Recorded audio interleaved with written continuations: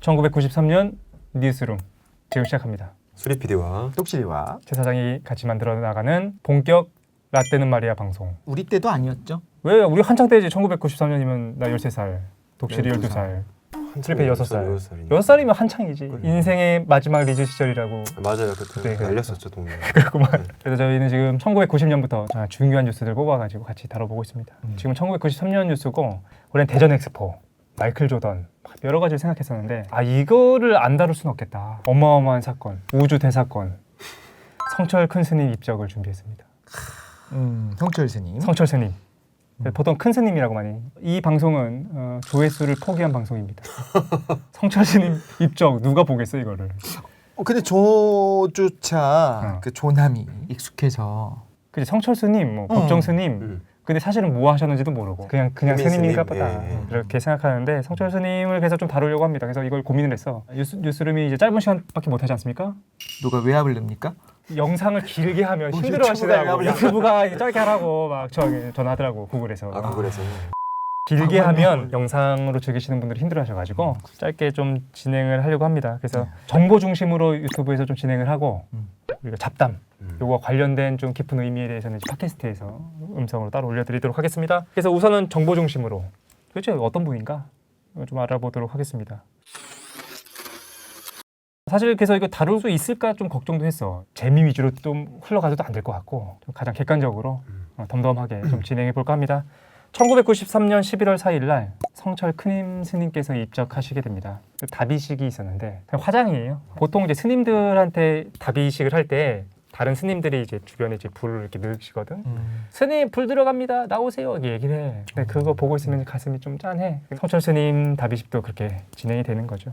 이때 해인사에 30만 인파가 몰리게 됩니다. 그래서 창건 이후 가장 많은 사람들이 몰렸는데 어느 정도냐면 고령 인터체인지부터 해인사 인터체인지까지 10km가 거대한 주차장이 될 정도로 사람들이 몰리게 됐다는 거죠.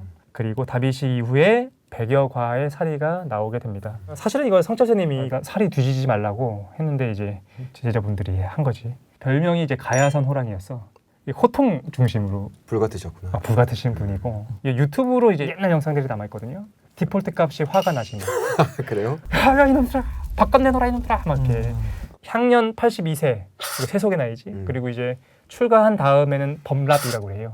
범랍 58세에 열반에 드셨습니다. 이제 큰 스님들은 열반에 드실 때 열반송이라고 해가지고 자기 임종 전에 시로 남기시거든. 요게 조금 논란이 돼. 그리고 요게 기독교에서 되게 유명합니다. 한문으로는 안 읽어드릴게요. 번역된 것만 보면 일생 동안 미친 남녀의 무리를 속여서 수미산을 덮은 죄업은 하늘을 가득 채웠다. 산채로 아비지옥에 떨어져서 한이 만갈래나 되는구나. 한 송이 꽃이 불금을 내뿜으며 푸른 산에 걸렸도다. 마음에 와닿아? 좀 이상하지 않아? 내가 일생 동안 그 남녀 무리들을 속여왔다. 첫 문장부터가 좀 그렇지. 네. 춘공갱. 그래서 요거를 기독교에서 실제로 엄청 많이 썼어. 성철 스님이 마지막에 가서야 죄를 많이 졌고 사탄의 분할을 인정했다. 예수님을 믿지 않아서 이런 거다. 그래서 정말로 요 관련된 서적이 기독교 서적이 엄청 나옵니다. 객관적인 풀이를 성철 스님이 하셨어요? 아니면? 안 하셨지. 하지만 성철 스님의 모습을 봐왔던 사람은 이 말씀을 왜 했는지 알 것 같아. 그게 너무 마음에 닿아. 누가 해석해주지 않아도. 그런데 외부에 있는 사람이 유명한 스님이라고 딱 들으면 지옥에 간다고 하네. 자기가 거짓말쟁이였구나 이렇게 보게 된다는 거죠. 그럼 이 부분은 오히려 그 종교를 떠나서 많은 분들이 좀 보셨으면 좋겠어요. 왜냐하면 우리가 단편적인 딱 이야기만 듣고서 사람을 비판하기 너무 쉬운데 그러면 오히려 오류를 범하기 쉽잖아요. 그렇지. 그럼 삶을 전체적으로 보고 왜 알고 난 다음에 뭐 여러 가지 해석을 하는 게 더 그렇지. 낫지. 그리고 사실은 성철 스님을 알 필요 없이 한국 불교는 이제 선정 중심인데 불교에 대한 자세한 얘기는 안 할게요. 자세한 설명을 듣고 싶은 분은 지대너비아 제로를 보시면 불교 파트에 너무 설명 잘 해놨으니까 그걸 보시는 것도 좋을 것 같고 간단하게 얘기하면 대승불교에는 선종과 교종 중심으로 진행됐어요. 교종은 이제 교학적인 것, 학문 중심이고 선종은 그것보다는 깨달음 중심, 그러니까 수행 중심인 거야. 한국은 선종 중심이거든. 그러니까 이 사람들은 언어나 말을 넘어서려고 그래. 언어와 말로는 진리에 도달할 수가 없는 거야. 그건 그냥 계단일 뿐인 거지.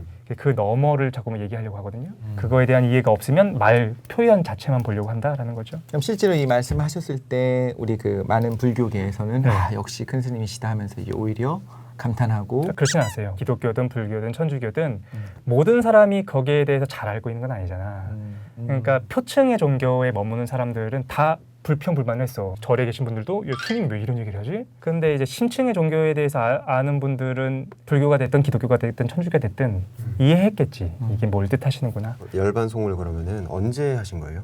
돌아가시기 얼마 전에. 돌아가시고 나서 이렇게 발표를 하는 건가요? 보통은 그러거나 생전에 하시는 걸로도 알고 있는데 이거는 정확히 모르겠어요. 개요부터 보겠습니다. 속명, 그러니까 원래 이름은 이영주, 이제 법명, 이제 스님이 된 다음에 성철, 출생 진짜 옛날 사람입니다. 1912년 4월 6일 일제강점기에 경상남도 산청에서 태어나셨고 종교는 당연히 불교. 주요 경력을 보면 대한불교 조계종 제6대, 제7대 종정을 하셨어요. 그러니까 우리가 잘 모르지만 거의 이제 되게 높으신 급인 거야. 의미를 보겠습니다. 한국 현대사가 배출한 불교계의 슈퍼스타이고 한국 선종을 대표하는 승려라고 볼 수 있어요. 평생 엄격한 수행과 청빈의 삶으로 대중들에게 큰 가르침을 주셨는데 트레이드마크는 그겁니다. 40년 동안 입었었던 그 두 벌의 누더기 옷.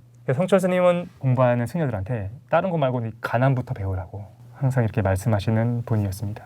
아니, 성철 스님에 대한 이야기를 준비하면서 오늘 완전 새로 산 옷 티가 팍팍 나는 이 옷을 입고 오늘이 1일차고 40년 동안 사상적으로는 되게 중요하신 분이거든요. 대승불교의 전통인 핵심 사상인 중도를 항상 강조하셨어. 중도가 뭐죠? 나중에 이제 성철 스님이 100일 동안 법문을 하시거든. 야, 니네들 팔만대정경 한 단어로 줄이면 뭐야? 이렇게 하는 거야. 팔만대정경이 어떤 거냐면은 모든 불교 경전을 다 아는 거야. 그래서 한국에 있는 불교 경전뿐만 아니라 중국, 몽골, 일본에 있는 경전들이 다 있어서 불교의 예전 경전을 보기 위해서는 다른 데 다 소실됐으니까 팔만대장경을 볼 수밖에 없어요. 근데 그 어마어마한 팔만대장경을 한 단어로 합치면 뭐냐? 불생불멸이다 라고 말씀하시거든. 불생, 태어난 것도 아니고 불멸, 없어지는 것도 아니다. 그걸 이제 중도 사상이라고 그래. 그러니까 우리가 보통 중도라고 하면 윤리적인 중간을 얘기하잖아요. 좌파도 아니고 우파도 아니고. 그렇죠. 예. 불교에서의 중도는 그 도덕적인 걸 넘어서서 존재론적인 걸로 가요. 그러니까 실제로 존재 자체가 있는 것도 아니고 없는 것도 아니다. 난 것도 아니고 죽은 것도 아니야. 너 태어난 것 같지? 태어난 적 없다는 거야. 죽는 것 같지? 죽는 것도 없다. 특이한 거는 요거는 여러분 관심 없을 것 같긴 한데 도노 돈수를 강조하세요. 이거 윤리 시간에 도노 점수는 배웠을 거야. 맞아요. 아 윤리 안 배웠나? 네, 윤리적이지가 않나? 진짜 도노는 깨우침을 얘기해요. 이렇게 수행하다가 와 이거구나. 그래서 도노라고 해. 깨우침 다음에도 수행을 해 가야 되는가? 아니면 수행을 하면서 점차적으로 언젠가 깨닫게 되는가? 내가 지금 깨달음을 얻고 나서도 계속 내가 수행을 수행을 해야 해 나가야 되느냐. 되는가? 이게 이제 해야 된다가 도노 점수고. 그지? 기독교도 거의 비슷한 거 있어요. 그래? 구원에 이르는 거는 이제 이신칭이라고 하는데 예. 그게 이제 단번에 이제 구원을 얻었어요. 거기서 끝나는 게 아니고 그 이후에 성화의 과정을 계속 거치는 그런 것들. 그러니까 내가 구원을 비슷비슷하구나. 받았다고 해서 내가 완벽한 사람이 된 게 아니야. 죄는 계속 저질러. 그러니까 아. 계속 성화의 과정을 거치기 위해 그런. 그거를 성철 스님이 비판해요. 그런 게 어딨어? 깨치면 끝인 거지. 그거는 깨치지 못한 사람들이 핑계를 대는 거다. 도노, 갑자기 깨우치는 것. 그 깨우치는 것은 돈수. 수행도 마무리된다. 어쨌든 성철 스님의 사상, 그러니까 대승불교에서의 중도를 강조한 건 일반적이고 특히 도노돈수를 주장한 것으로 학계에서 논란이 되기도 해. 신기하다. 성철 스님이 한국 불교에서 높은 지위를 차지하는 거는 그냥 검소하고 아니면 그 캐릭터가 독특해. 약간 귀염상이시거든. 호랑이 막 사저우를 하시는데 귀염상인데 그런 캐릭터 때문이 아니라 그 사상적인 깊이가 남다르신 분이에요. 대중적으로 알려진 거는 바로 요 멘트죠. 산은 산이요, 물은 물이다. 어디 들어본 것 같아요. 요거는 이제 성철 스님이 유행시켰다고 해야 되나? 왠지 이 전부터 근데 계속 뭐 도가나 그런 데서 계속 했을 것 같은데. 맞아요. 생애를 한번 보도록 할게요. 성철 스님의 생애 어떤 분이셨는가? 아버지가 이제 한학자셔가지고 한학을 하신 분이어가지고 어렸을 때부터 한학을 배우고 책 읽는 걸 좋아하는 총명한 학생이었는데 진주 중학을 졸업한 다음에 몸이 좀 안 좋아서 학업은 중단하긴 해요. 하지만 삶에 대한 고민이 굉장히 큰 학생이었어.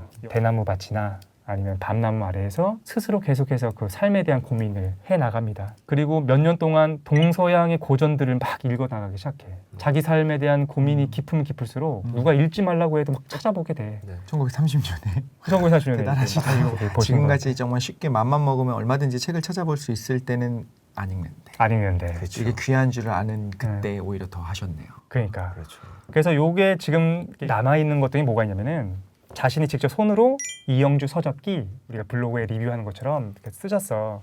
그래서 읽었던 책들을 보면 이런 게 있습니다. 칸트의 순수 이성 비판, 실천 이성 비판, 루소의 사회계약론, 마르크스 자본론, 기독교의 구약과 신약, 뭐 맹자, 중용, 소학, 대학 이런 것들. 그러니까 많은 것들을 읽으셨고 메모를 보잖아, 실제 보잖아.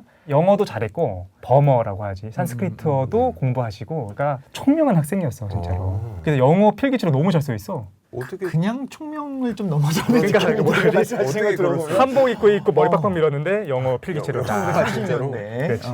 우리 같은 범인들은 좀 따라가기 힘들긴 하다. 독학을 하신 건가요? 그럼? 독학을 하신 거지, 책을 읽으시면서. 진짜로? 근데 나는 이게 이해가 가는데 사실 책을 읽으면 뭐 할 수 있을 것 같기도 한데 어쨌든 그만해.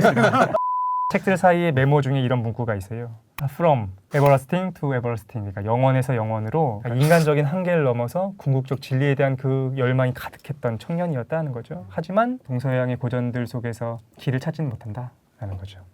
그러다가 우연히 어느 스님한테 증도가를 얻게 됩니다. 증도가요. 해능이라는 인물이 선종의 기원 같은 인물인 거야. 그의 제자이신 영가대사가 내가 득도했다에 대한 과정과 기쁨을 쓴 게 증도가고, 짧은 식구예요.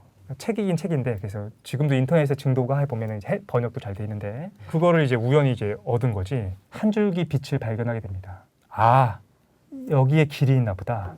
그래서 지리산 대원사에 들어가서 수행을 하기 시작해. 이때는 아직 스님이 아니었다라는 거죠. 그러다가 해인사에 머물고 있었던 동산 큰 스님을 만나게 되고, 이 동산 스님이 청년 영주를 딱 보자마자 아, 이놈 큰 그릇이 될 것 같다라는 걸 알게 돼. 그래서 해인사에 자리를 내줍니다. 선종에서 화두 참선이라고 하거든요. 하나의 화두를 갖고서 그거를 참선을 하는 걸 이제 화두 참선이라고 그래. 그거를 이제 시작하게 됩니다. 근데 하지만 아직은 세속의 옷을 벗진 않았어요. 머리도 길고 아내도 있고 딸도 있었어. 아, 결혼하셨어요? 20대 초인데 이때는 20대 되면 뭐 결혼시키는 아까 그런 보니까 분위기였습니다. 24세 들어가시더라고요. 그 맞아요. 그렇죠. 해인사에 있는 스님들이 별난 사람이 왔다라고 얘기했대. 왜냐면 이제 스님도 아닌데 계속 스님처럼 화두 참선을 하시니까. 그리고 해인사에 들어간 지 1년 뒤 1936년 25살 동산 큰 스님을 은사로 계를 받게 됩니다. 계를 받는다는 건 이제 머리 깎고 승려가 되는 걸 얘기하는 거죠. 그래서 영주라는 세속의 이름을 벗고 성철이라는 법명으로 진리를 향한 구도의 길을 걷게 됐다라는 거죠. 그래서 이게 사실 한국 불교사에서 큰 산맥을 일으키게 돼. 그래서 동성 스님, 동산 스님, 그리고 성철 스님으로 이어지는 선종에 있어서의 큰 산맥을 잇게 됩니다. 가족은요? 가족사도 흥미로워요. 그 딸이, 아버지가 이제 스님이 됐잖아. 네, 어리고. 그죠. 그리고 나중에 찾아가 성철 스님을. 삼촌 손을 잡고서 이제 중학생, 여학생이 이제 가는데, 근데 성철 스님이 멀리서 야, 가라, 가! 막 그래. 돌아서요. 그래서 삼촌 가. 그러면서 가. 그리고서 이제 기독교를 공부해. 딸이. 그래서 이제 엄마 아빠가 싫은 거지. 그래서 기독교를 공부하고 하다가 이게 결론만 얘기하면 아직 살아계시거든요. 그 불필 스님이 되셔. 나중에 이제 아버지에 대한 글도 쓰고, 이제 스님이 된 다음에 아버지를 찾아갔을 때 이제 성철 스님이 물어봐. 두 가지 행복이 있다. 영원한 행복이 있고 일시적인 행복이 있다. 무엇을 택하냐? 그때 이제 마음을 잡으셨다고 하더라고, 불필 스님이. 근데 어쨌든 승려가 되고, 뭐 이후의 거처를 말씀드리면 뭐 여기저기 가십니다. 뭐 금어 선원, 운부암, 마하연사, 금당 선원 뭐 이런 데를 막 가. 이건 뭐 이게 참고로 얘기하면 어느 절에 가면 무무사로 돼 있잖아. 어디 가면 암으로 돼 있고. 네. 그게 뭐냐면 사가 메인이야. 그러니까 해인사는 메인인 거고, 백년암 그럼 거기 부속돼 있는 거 작은 걸 얘기하는 거예요. 암자. 그게 정말 메인으로 주류라면 다 그러면 어딘가 다 소속이 있는 거예요? 그 원래는 그랬는데 지금은 좀 이제 이 용어 사용 방식이 사이즈의 좀 문제. 느슨해져서 네. 사이즈. 그래서 작은 절을 세울 때는 암을 붙이기도 하고 그렇죠. 그렇긴 해. 어쨌든 그 다음에 깨달음을 얻게 됩니다. 1940년 29살 때 출가한 지 4년 만에 깨달음을 얻게 됩니다. 대구 동화사의 금당선언에서 수행에 전념하던 중 대오라고 하거든. 크게 깨달음. 문득 깨달았다. 4년이면 보통 빠른 거에 느린 거예요? 부처님이 7년 만에 깨달으셨죠. 6년인가 7년 그러니까 만에. 나 되게 엄청 빠른 게 아닌가 싶은 생각이 들어서. 그럴 수도 있고, 근데 사실은 이 깨달음이라는 게 잘 모르겠어. 근데 이분은 이제 깨달으실 때 일시에 모든 게 끝난다고 하셨잖아요. 그렇지. 자기가 그걸 경험했으니까. 그러니까. 보통 불교식 깨달음이라는 건 화두가 있었잖아요. 네네. 그 화두에 대한 해답을 본인이 딱 알았을 때 깨달았다는 거예요? 그거 나도 모르겠어. 내가 어떻게 알겠어요. 그러니까. 깨달은지. 화두가 어떤 질문이고 질문에 대한 답을 찾는 건 아니고 출입구인 거야. 자꾸 우리가 그 문장이나 언어로 생각하면 안 돼. 너머에 있는 배경이라고 해야 되나? 그걸 보고자 하는 거지. 어쨌든 그리고서 이제 오도송. 오도송은 뭐냐면 이제 선승들이 깨달음을 얻은 다음에 자신의 경지에 대해서 읊는 시거든요. 성철 스님의 오도송은 이겁니다. 황하수 곤륜산 정상으로 거꾸로 흐르니 해와 달은 빛을 잃고 땅은 꺼지는도다. 문득 한번 웃고 머리를 돌려서니 청산은 예대로 흰 구름 속에 섰네. 이게 무슨 말이냐면은 물이 산으로 갑자기 거꾸로 올라가기 시작하는 거야. 그리고 해와 달이 빛을 잃어. 그리고 땅이 딱 꺼지는 거를 경험한 거야. 그러다 깨달음을 얻은 거지. 그러니까 문득 한번 웃고서는 머리를 이렇게 돌려보는 거야. 그랬더니 그냥 산이 구름 사이로 그대로 있더라. 라는 얘기거든. 무슨 말이죠? 그러니까 그거를 경험하고 나오신 거다라는 거죠. 그러니까 깨달음을 주관적이잖아. 그러니까 인가를 받아야 되는데 인가를 받진 않아요. 왜냐면 그 당시에 너무 깨달음에 대한 인가가 너무 쉬운 걸 보고서 인가를 받지 않게 돼요. 그리고 혼자서 장좌불화에 들어갑니다. 장좌불화가 뭐냐면은 성철 스님은 이제 8년 동안 눕지도 자지도 않는 수행을 하는 거예요. 8년 동안. 그 가능해요? 근데 요게 좀 얘기가 좀 있는데 다른 스님이 물어봐. 스님 장좌불화 할 때 8년 동안 한숨도 안 주무셨어요? 근데 스님이 야 어떻게 안 자냐? 그렇게 하셨다고 하시더라고요. 근데 어쨌든 적어도 누워 자진 않는다. 근데 경지다. 완전 앉아서 자는 거잖아요. 그 가부좌 틀고 자는 거예요, 그럼? 이러고? 잘 모르겠죠. 근데 이제 그게 누구한테 보여주기 위해서가 아니라 자기가 이제 하고자 했던 거죠. 깨달음을 얻고 나면 그 다음부터 어떤 용어나 어떻게 해야 된다라고 하는 그거에 조금 느슨하게 할 수 있을 것 같아요. 왠지 깨달음을 얻지 못한 사람이야. 우리 글씨 배울 때도 막 이렇게 해야 돼, 이렇게 글씨 써야 돼 하지만 어느 정도 되고 나면 좀 자유로워지잖아요. 그지. 내가 진짜 모르면 갈급하고 막. 그냥 이렇게 해야 되나 봐. 이거 이렇게 삐딱하면 안 되나? 고기 이렇게 우두둑거리면 안 되나? 막 이렇게 우리는 생각하는데 깨달으신 분은 좀 야 이게 중요한 게 아니지라고 생각할 수도 야, 있는 어떻게 거죠. 안 자냐? 이렇게 할 때도. 어쨌든 그리고 나서 이제 해방이 됩니다. 1945년이죠. 그의 나이가 34이 됐을 때였습니다. 이때 아까 그 얘기했던 거 가라 가! 그 딸이 이때 찾아오게 됩니다. 그리고 1950년에는 6.25가 발발하죠. 통영에 있는 천재굴로 이제 거처를 옮기시기도 하고 전쟁이 끝난 다음에는 불교 정화 운동을 하세요. 그러니까 이거 되게 긴 기간을 내가 그냥 압축해서 그냥 끝내는 거야. 그래서 하나하나 찾아보시면 좋을 텐데 그래서 성철 스님은 이렇게 말씀하세요. 마음에 묻은 때를 닦기 위해서는 우선은 타인을 좀 도와야지. 그래서 남을 위해 기도해라. 그래서 이제 성철 스님 밑에서 가르침을 받는 사람들은 다 남을 위해서 기도하는 걸 배우셨어요. 근데 되게 궁금한 게요. 이분은 이제 빨리 깨달으셨잖아요. 그렇지. 그럼 깨달음을 얻고 이제 인가받지 않았지만 이제 주변 분들이 다 인정을 한 거죠. 그럴 수밖에 없는 거죠. 그런데 아직 젊어. 근데 훨씬 더 나이가 많은 분들도 아직 깨달음을 얻지 못한 상황이었을 거고. 그래도 다 이제 큰 스님이라고 하고 다 이렇게 하고 그렇게 되나요? 아니요. 이때는 큰 스님이라고 부르진 않았지. 너무 젊으셔서. 이때는 그냥 젊은 어떤 혈기 넘치는. 이때는 그렇게 유명세가 그렇게 엄청 있던 그렇지는 분은 않았죠. 아니었어요? 항상 이제 그 모습을 드러내지는 않으셨고 그래서 이렇게 말씀하셔. 사찰의 재산을 사회에 기부하자. 그리고 승려는 수행이나 해야지라고 말씀하셨는데 받아들여지기가 쉽지가 않지. 근데 그때 그렇지. 이제 뭐 어떤 국가의 뭐 큰 스님 중에 한 분이었으면 더 영향이 있을 수도 있었지 않았을까라는 생각도 좀 들고. 하지만 아무리 큰 스님이어도 교회의 재산을 사회에 기부하자 하면은 안 그랬을까요? 스님이 교회의 재산을 사회에 기부하자고 하면 어느 교회가 받아들이겠습니까? 그리고 사실은 현재 스님들도 사람마다 다르게 케바케일 텐데 스님들이 걱정하시는 건 좀 노후를 걱정하셔. 그래서 지금도 우리가 그런 게 종교에서는 항상 그 암과 명이 있는데 막 탈세도 하고 막 나쁜 짓 많이 한 사람들도 있는데 계속 수행만 하시는데 나중에서 절에서는 보호를 받지 못하시고 계속 힘들게 계시는 분들도 많이 계시고 사실 카톨릭 같은 경우에 그 신부님들이나 이런 분들이 사유 재산이 거의 없이 어디 언제든지 다른 곳으로 발령내면 갈 수 있게 캐리어 하나만 갖고 다니고 하는 이유 중에 하나도 그분은 이제 끝까지 이제 할 수 있는 것들이 보증이 되는 연금 거예요. 같은 게 이제 그러니까 연금이라고 해야 될까? 그러니까 소속이 카톨릭은 직영제니까 다 보호해줘. 네. 그러니까 이제 또 그런 게 가능한 것들도 있는 거죠. 내가 마지막 순간이 되더라도 결국에는 그러니까 교회에서 도움을 줄 수 있는 부분들이 그러니까. 있고 그게 필요가 없다라고 할 수 있는데 그런 게 없고 내가 홀로 살아가야 되고 예를 들면 뭐 전 교회만 아니까 선생님 목사님들은 자립이 안 돼. 당연히 안 그렇지. 돼요. 뭐 신도 다 해봐야 뭐 5명 6명 갖고 음. 평생 이제 사역하시는 분들도 있는데 그분들은 안 되죠. 그러니까 오히려 큰 교회에서 계속 이제 좀 받아야지만 그게 가능한 그 성경을 받아야지 가능한 그런 분들도 있거든요. 어쨌든 재산을 사회에 기부하자 근데 안 받아들여졌잖아. 그래서 혼자서 세상을 가두십니다. 이거가 그 유명한 동구불출.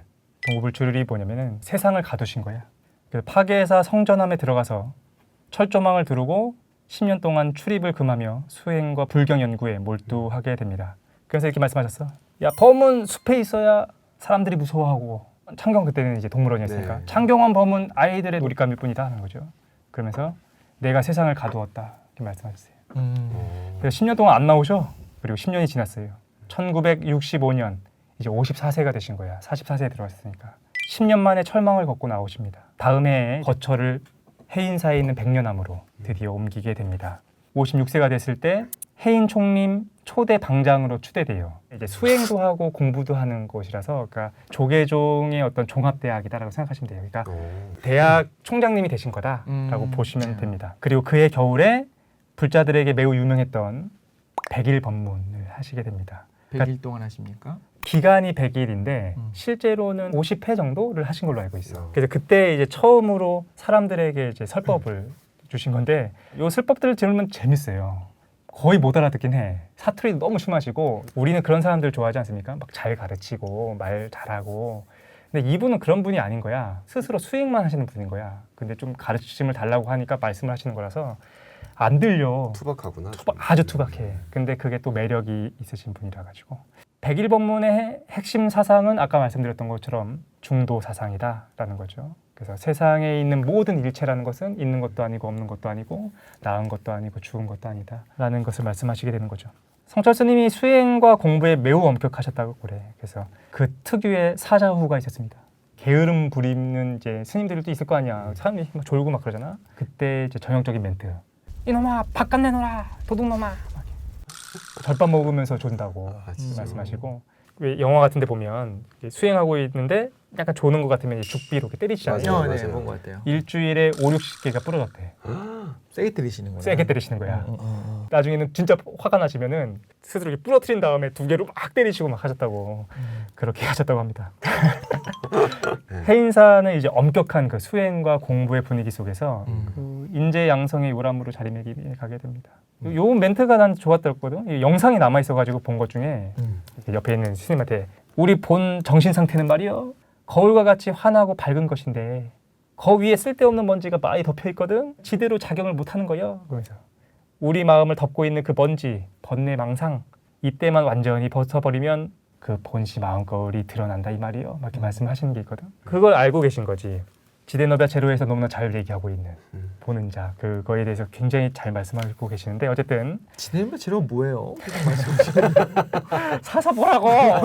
그래서 한국 불교계를 이끌었던 태상 같은 분이었지만 매우 이제 검소하신 분이고 이 검소한 것도 좀 너무 과하긴 해. 그러니까 진짜 조금 드셔. 솔잎 요거 다진 거 조금 하고 밥 조금 하고 콩 몇 개랑 이렇게 드시거든. 그걸 이제 수발 뜯은 사람은 이제 죽겠는 거지. 왜요? 왜냐면 어느 날 스님이 고함을 치르시는 거야. 야 이놈아! 그래서 예, 근데 콩이 많다. 그런데 콩을 항상 15개 정도를 뒀는데 콩 알이 크다고 콩이 많다는 거예요. 그래가지고 15개인가 7개인가. 근데 그래가지고 그 다음부터는 저울을 구매하셨대.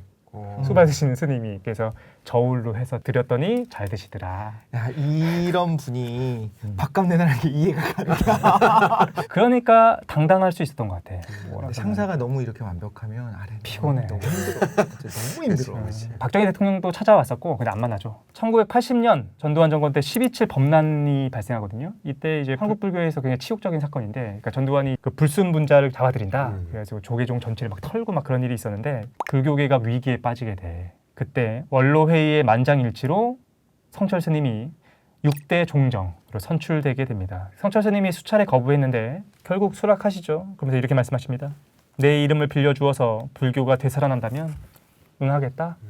취임했을 때 법어를 하시거든. 이때 그 유명한 산산이요. 물은 물이다를 이때 한 거예요.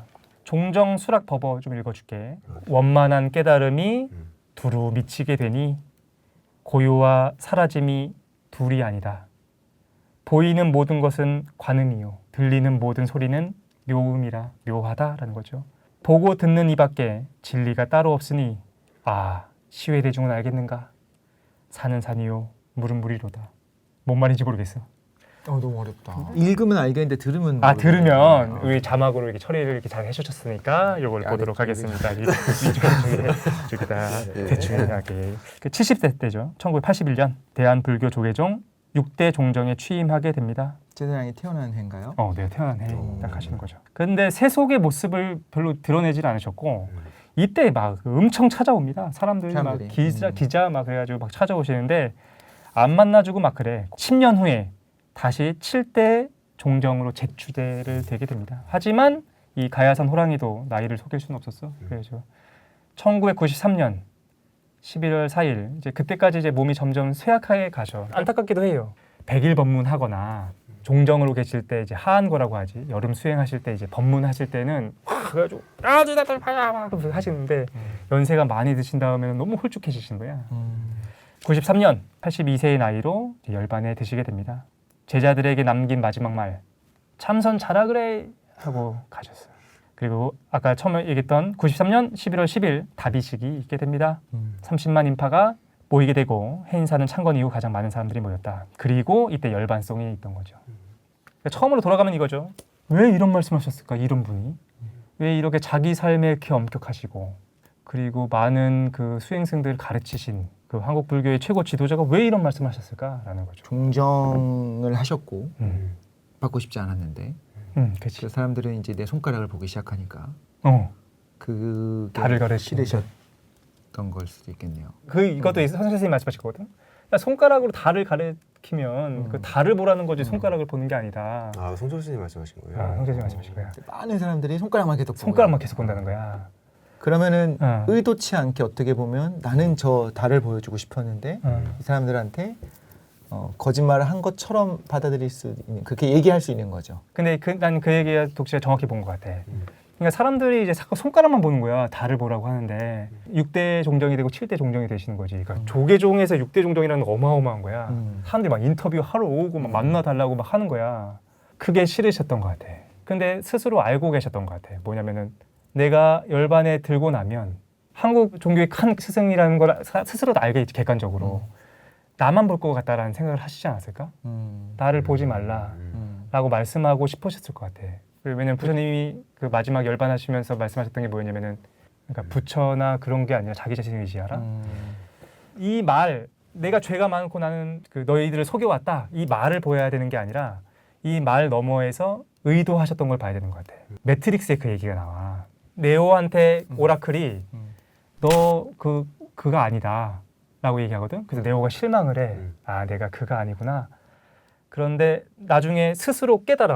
아 내가 그였구나. 그때 이제 모피어스가 뭐라고 얘기하냐면은 빡빡머리가 옛날 사람. 여러분 제가 대신 사과드립니다. 네, 그 네오가 이렇게 얘기하는 거지. 오라클이 얘기하기에 내가 그가 아니라고 했다. 미안하다. 그랬더니 길을 아는 것과 길을 걷는 것의 차이에 대해서 얘기해 주거든요. 그러니까 오라클이 아니라고 얘기한 거는 그게 중요한 게 아니라 네가 스스로 찾아가게끔 만들기 위해서 아니라고 얘기한 것뿐이지 그 말이 중요하지 않다라는 걸 얘기해 주는 거야. 우리는 결론과 대답을 듣고 싶어 하지. 그렇지. 하지만 아니라고 얘기함으로써 그가 원이 되어가는 거잖아. 그렇죠. 그러니까 말과 그 말의 의도는 다른 거다라는 거지. 근데 이거 좀 어렵다. 근데 인터뷰를 요청을 했어요. 하고 싶은 말이 많았겠죠. 그거를 계속하고 기자가 그거를 최선을 다해서 해석해서 써주고 근데 어떤 말은 하고 해석을 하고 해설을 하고 하면 할수록 왜곡되는 것들이 있을 수 있잖아요. 그렇죠. 그래서 그런 것들 좀 경계하셨을 수도 있고. 그리고 선종의 전통이야. 말이 중요하지 않다는 게 성종의 그 기본적인 사고 방식인 거야. 그 말을 입구로 해서 그 배경으로 나아가야 되는 거지. 근데 이거에 대한 근거가 있어요. 뭐냐면은 종정 취임 후에 처음으로 육성을 녹음해. 그래가지고 그때 그 장면이 있어. 가가지고 스님 그 1,300만 불자들에게 한 말씀만 좀 해주십시오. 종정 취임하고 나서 기자들이 막 어마어마하게 오니까 인터뷰를 한 거지. 그때 성철 스님이 내 말에 속지 말라 이렇게. 자신의 말에 속지 말라. 내 말 말이야. 내 말한테 속지 말란 말이야. 난 전부 거짓말만 하는 사람이야. 알겠어요? 네. 그래서 이것도 불교 내에서도 논란이 있어서 종정이 되신 어른이 그 처음으로 이렇게 인터뷰 하시는데 좋은 말씀을 해주셔야지 왜 그런 말씀을 하시는가. 이제 성철 스님이 걸어온 길과 선정의 특징을 보면 알 수 있는 거지.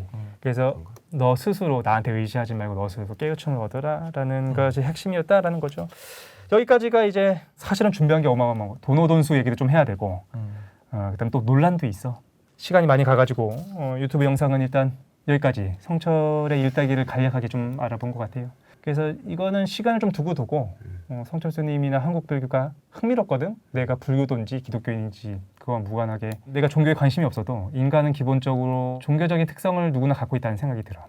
그래서 이거에 대한 얘기는 차차 더 살을 붙여가면서 같이 해보도록 하고, 어떻게 들으셨는지 한마디씩만 좀 한 다음에. 그 우리나라 사람들한테 종교가 뭐냐고 조사하면 40% 정도가 불교라고 해요. 그거 많이 줄었지. 그래도 이제 여전히 한국의 제1의 종교는 불교인 거고, 이런 생각도 들어요. 저는 이제 기독교지만 성철 스님이라든가 한국에서의 정말 큰 스님이라고 하는 분들이 어떤 일생을 살아오셨고 어떤 가르침이 있었는지를 알아보는 걸 너무 두려워하거나 싫어하거나 그럴 수도 할 있지. 필요는 없지 않을까. 그러니까 저는 이제 기독교인들도 충분히 찾아보고 또 이분의 삶에서 우리가 또 존경할 부분들이 당연히 있고 또 어떤 종교적인 부분을 또 다 받아들일 필요는 없는 거잖아요. 그렇지. 그러면서 전 되게 흥미롭게 들었습니다. 요거가 재밌어요. 이게 항상 탐나요. 저는 이게 내 원고. 내 원고. 오늘은 사실 이게 계속 보고 싶다가 이게 너무 보면 안 될 것 같아가지고 일부러 막 딴 데를 막 봤거든요. 방송에서 못하는 재밌는 게 너무 많아가지고. 그러니까요. 네. 제가 최근에 읽었던 글 중에 그런 게 있었어요. 나는 원래 헬스쟁이였는데 헬스를 하면 몸이 나아질 줄 알았는데 몸이 더 안 좋아졌다는 거예요. 그래서 이제 요가를 하기 시작했는데 요가를 하니까 몸이 나았다는 거예요. 그래서 뭐가 차이가 있지? 라고 해서 보니까 헬스는 근육이나 이런 것들이 채우는 데 있고 요가는 버리는 데 있다라고 이 사람은 생각을 했나 봐요. 그래서 내가 그럴싸하다. 뭔가를 버렸기 때문에 건강을 되찾았다라는 이야기를 봤거든요. 전국에 수백만 헬스 아, 순식간에 지금 저는 헬스를 좋아해요. 저는 채우는 걸 좋아해요. 저는 굉장히 채우는 거 좋아하잖아. 저는 진짜 채우는 걸 좋아하고. 등손실이 많은 사람의 비겁한 변명이다. 아, 그렇지. 그럴 수 있어요. 성철 스님 말씀이랑 좀 약간 연결이 좀 되는 거예요. 그러니까 현대인들이라고 다 잡아서 얘기할 수는 없지만 저를 비롯한 사람들은 굉장히 공허하고 뭔가가 잘 안 채워진다는 느낌을 좀 받는 것 같았는데 성철 스님이 내 말에 속지 말고 내가 가르치는 저 달을 봐야지 그런 것들이 열망을 가지고 집중을 하고 그런 것들이 어떻게 보면 굉장히 허망하고 비우면서 살아를 얘기하는 거 아닌가라는 생각이 들어가지고 그렇게 볼 수 있지. 우리는 뭔가 진리로 향하는 데 있어가지고 자꾸 뭔가를 자기 안에 채워넣으려고 하는 거잖아. 성철 스님도 놓고 뭐 누구도 놓고 뭐 제로도 놓고. 그러니까 성철 스님 말씀하시는 거는 이제 다 빼고 그렇죠. 너 자신 밑바탕으로서의 진리를 보라는 말씀이다. 저도 맞는 말씀이다라는 좀 생각이 들었어요. 불법이라는 것은 깨침에 있는 것이지 말과 문장이 있는 것이 아니다라고 말씀하시는 거와 좀 이어진다라는 생각이 듭니다. 여기까지 이제 1993년 첫 번째 뉴스, 성철 스님 열반. 조회수는 낮겠지만 우리가 한번 같이 얘기해봤고, 좀 더 깊은 속 얘기는 팟빵 뉴스룸에서 시간 제한 없이 좀 더 얘기해 보도록 하겠습니다. 일단 여기서 마치듯 고생하셨습니다. 감사합니다. 수고하셨습니다.